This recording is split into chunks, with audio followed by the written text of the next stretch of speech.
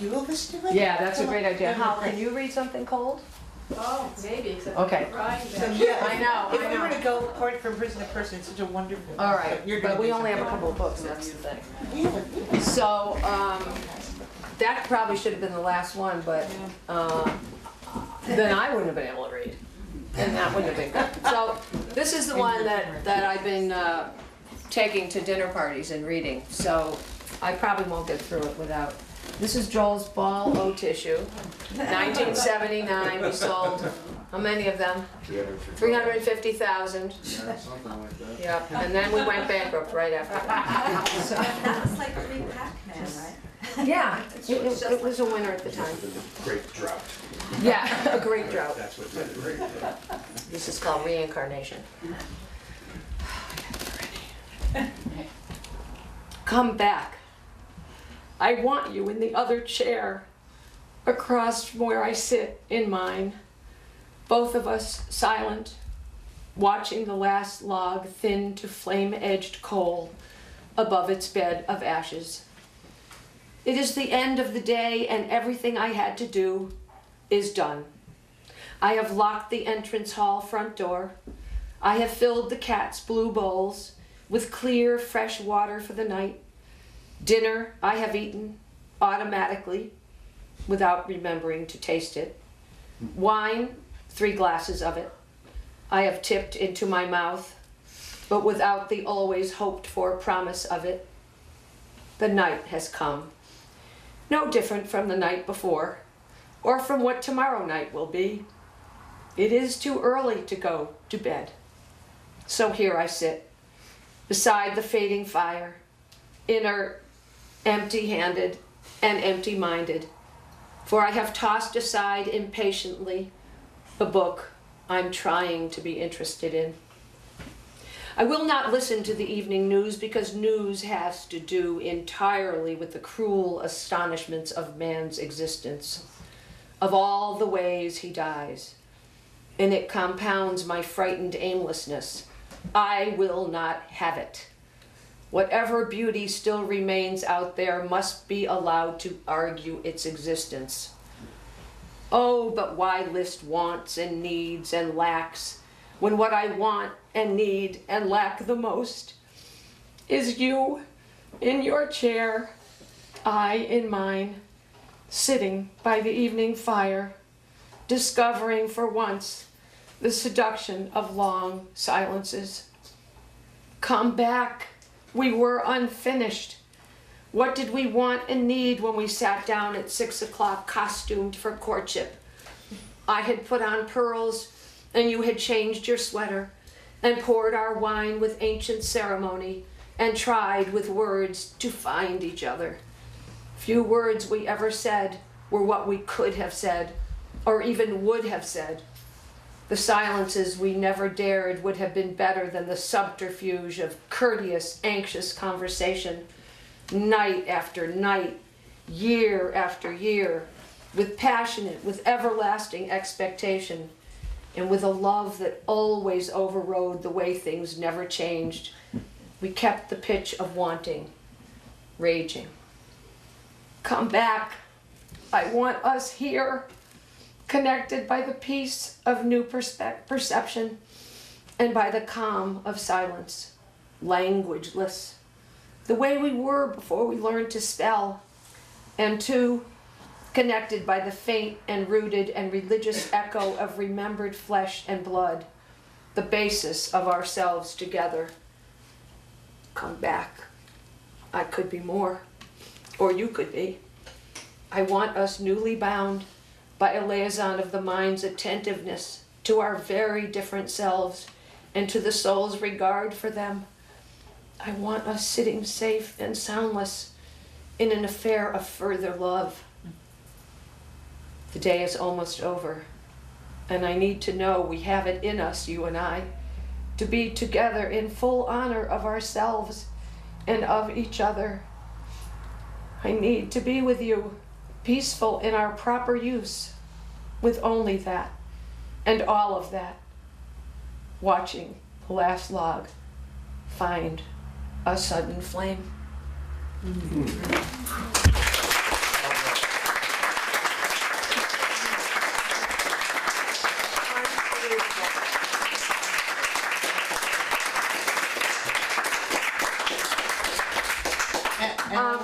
say one homage in this to Nick Freydberg, who, I'm not sure, who was Peggy's husband until the mid-80s.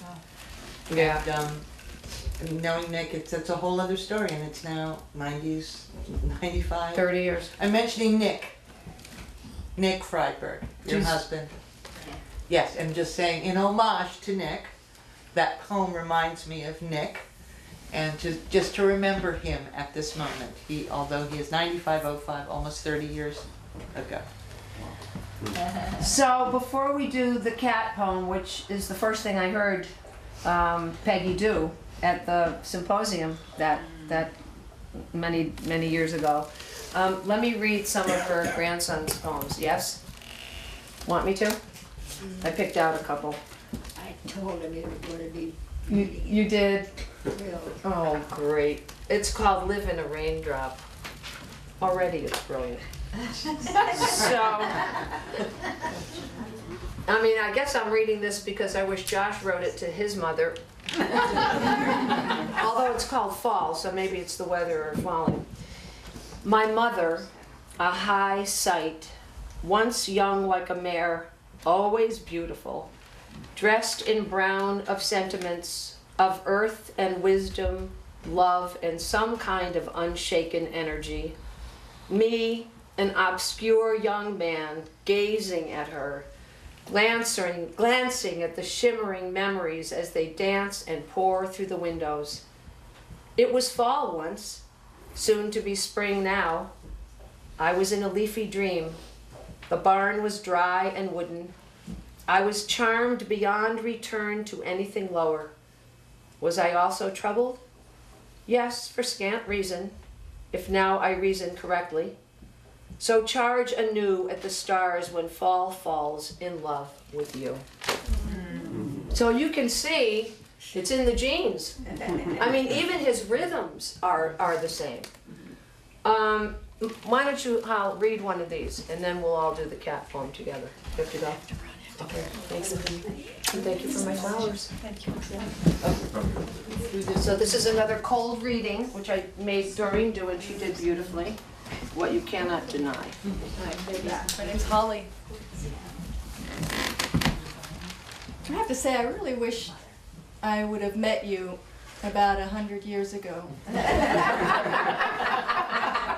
I'm serious, because I think we would have been good friends. Holly is my friend from California, and she's here taking a songwriting workshop.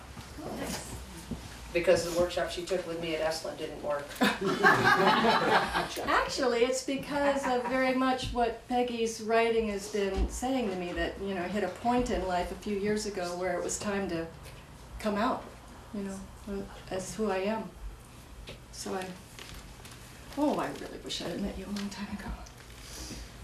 And Peggy's son's, what's his name? Tom McBride. What you cannot deny. Forget what you cannot deny, you pointless lump of DNA, and cherish man's illusions to frolic through life that way. But if you find yourself becoming annoyingly or even catastrophically entangled in man's trivialities, remember that you are merely a meaningless colony of proteins. Then proceed with freedom. Nice. Stay there and read one more. Any of them. I mean, I marked some of my favorites, but Read the last one. there you go. Haiku. The haiku that I was just thinking of. The last advice from above, or haiku? Haiku? Haiku. 3 glistening drops that fall into the deep snow dig miniature holes. Yeah, good one. Beautiful. So tell him we honored him. Tell Tom, Peg. So now, the one that I heard her read is called A Letter to My Family Explaining How I Feel About My Cats. So I think Nikki's idea is a good idea, so we'll just pass it. Okay. Start it, and then I'm just Start going to it. hand it to somebody. Good, And then you exactly. hand it around, okay? There you go. Dearest family, fortunately I can stand beside myself and see the gauge of my immoderate behavior rising, and can clearly see with fascination and without the self-reproach I ought perhaps to feel, how overwrought, how even pitiable my Niagara Falls of feeling for my cats may look to you. And I can see how you may worry about this revelation of starvation, for that is what it is. The hunger of an ancient woman's unassuaged maternity, or a hunger for a man, or a hunger for her kin who live so far away. Yes, all those hungers for all those feasts. Yet, it is something so extravagantly more. Bonnie, how about you, honey? Top of the page. As you will see, and so I write to you with a convinced Ashana, with ground so solid under me that I am newly rooted, newly upright. And I proclaim to you, I shout to you, that I was never conscious of what I think it is to love until I had my 2 white cats. I will explain. Yeah, pass it to Nance. Oh, I have my glasses on. Can you do it? Yeah, I can do it. Get 'em, get 'em. Maybe somebody else She's got while a I'm great looking. sound. Well, pass it to Harriet, and then Harriet pass it Yeah, back to there you go. 175. One day, as I sat looking at my cats, I felt a new, soft, opening space around my armor plate of rib cage, like a warm wind melting snow. It was a feeling of such sweet comfort there around my middle. Breathing had another name. Oh, but more than that, for if unhappiness feels like weights upon my chest and has the color of the night, loving my cats feels like the weights removed and the daylight there. Would you hand it to Z? Top of the page. And so, with huge benevolent laziness, I sit and watch my cats. I notice for the first time the way the sun shines pinkly through their little pointed ears. I notice, and with maudlin marvel, as at the miniatureness and perfection of a newborn baby's fingernails, that cats have tiny eyelashes, just like people's. Pass it to Margaret. And she starts where? Is it top of the next page? The next. I see the beauty of their royal ermine coats, their owl's eyes, their fluid motion, only music, only curves, sparing me the jolt of human nature's sharp-edged squares. I watch them pounce to kill a mouse so soundlessly, so innocently, so necessarily murderous. Although I don't think murderous entirely, I also think Pavlova and Nijinsky. They sit and stare at me and wait and wait and wait with food-fixated eyes. I've come to know that look. Long columned legs flow down to little paws, set so exactly, so immediately, so immaculately together.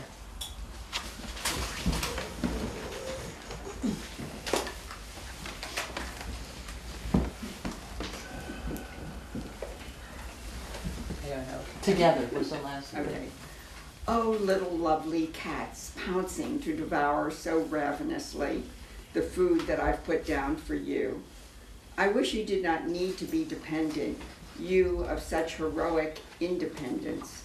How do you keep your excellence, your equanimity, when all you do is wait and wait and wait for what you need? How do you settle for subordination with such grandeur? pass it there. Don't worry, Jules, we won't make you read. I'm just the chair guy. It comes to me that what has made my looking loving is not the limbic lilt of seeing beauty, though that is there.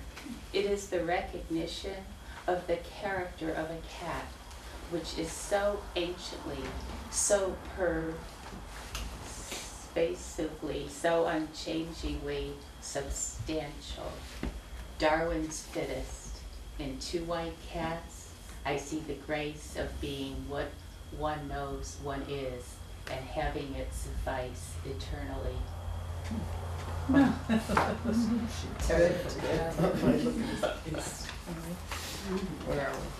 And I, to be so old, to be so new, a luxurious lack of interest in the overlay of me on what it is I'm looking at, lies now on me like loosened harnessing. If breathing has another word, then so does seeing. I am focused on the knowing of a cat. Say. And so, oh wait, you hand me to someone good. Oh, good, Elizabeth, good. Her favorite thing, entertaining people. And folks. And so I end this letter to my family. Come stay with me and be my loves. And then I can love my cats with temperance. And all of you, the way that watching two white cats has taught me to. Oh my God.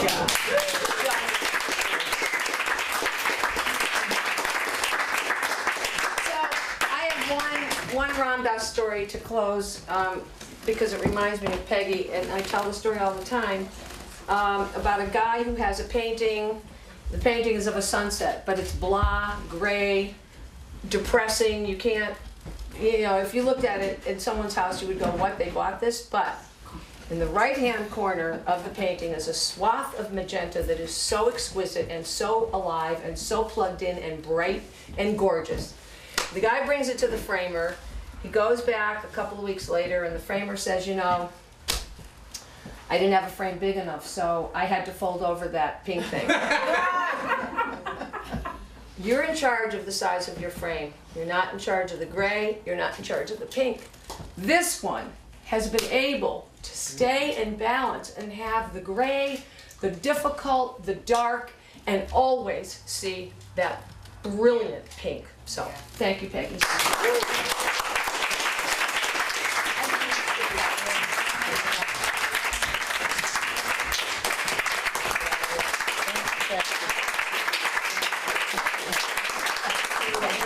The books are out there. Please, let's buy them. Yes. I'll go out and Joel, you bring Peggy around. I'll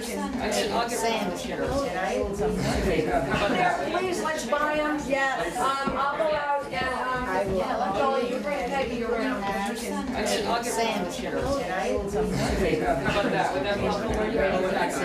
so how much do you want Peggy around? I'll get